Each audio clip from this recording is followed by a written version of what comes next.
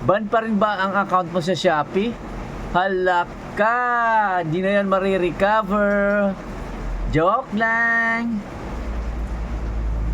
Kung ban ang account nyo or restricted, kung may mga violation kayo, there's no way na ma-recover yan kung hindi kayo makipag-coordinate sa Shopee agent o sa Shopee team support. E paano ko nga makakausap i-restricted niyo yung account kung hindi ko ma-open na apps? Yun ang tanong na maganda eh.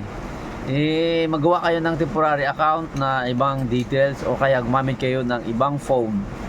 Tapos tawagan nyo ang Shopee. Siyempre, bibigyan nyo mo yung tunay mong account doon sa kapag nakausap mo na yung agent.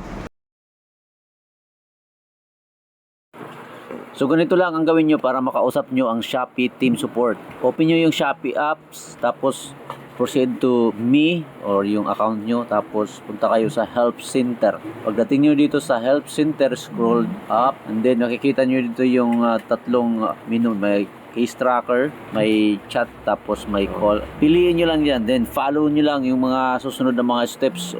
Wala na kayong ibang gagawin dyan. I-provide nyo lang yung mga kailangan na yung mga hinihingi na mga information. Tapos mag-agree lang kayo kung ano mga dapat para makausap nyo. Para ma-resolve yung problema nyo sa ban account or restricted account sa Shopee.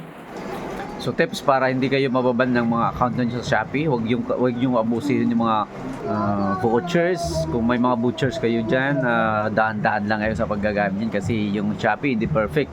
Minsan yung mga legit na mga activities ay napapagkamalan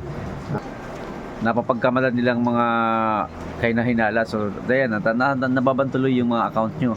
At saka huwag kayong gagamit ng emulator sa computer kapag magagamit kayo ng Shopee. Huwag nyo i-download sa emulator kasi bawal yan. Kasi iniwasan ng Shopee na ma-hack sila. Iniwasan nila na magkaroon ng mga fraud.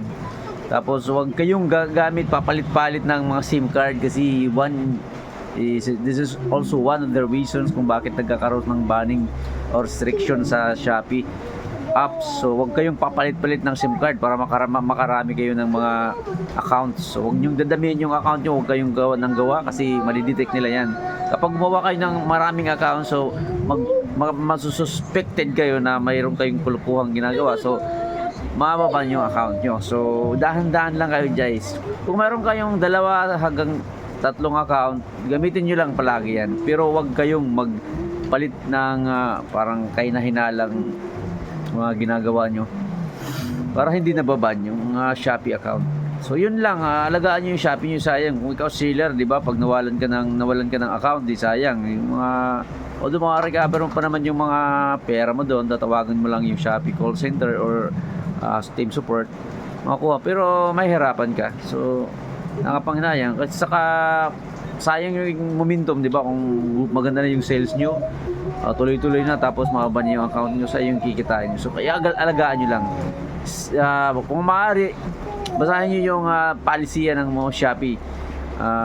Pag-aralin nyo yung mga do's and don'ts para hindi kayo didihado sa pagdating sa mga ganong situation. Yun lang. Please subscribe to this YouTube channel and thank you.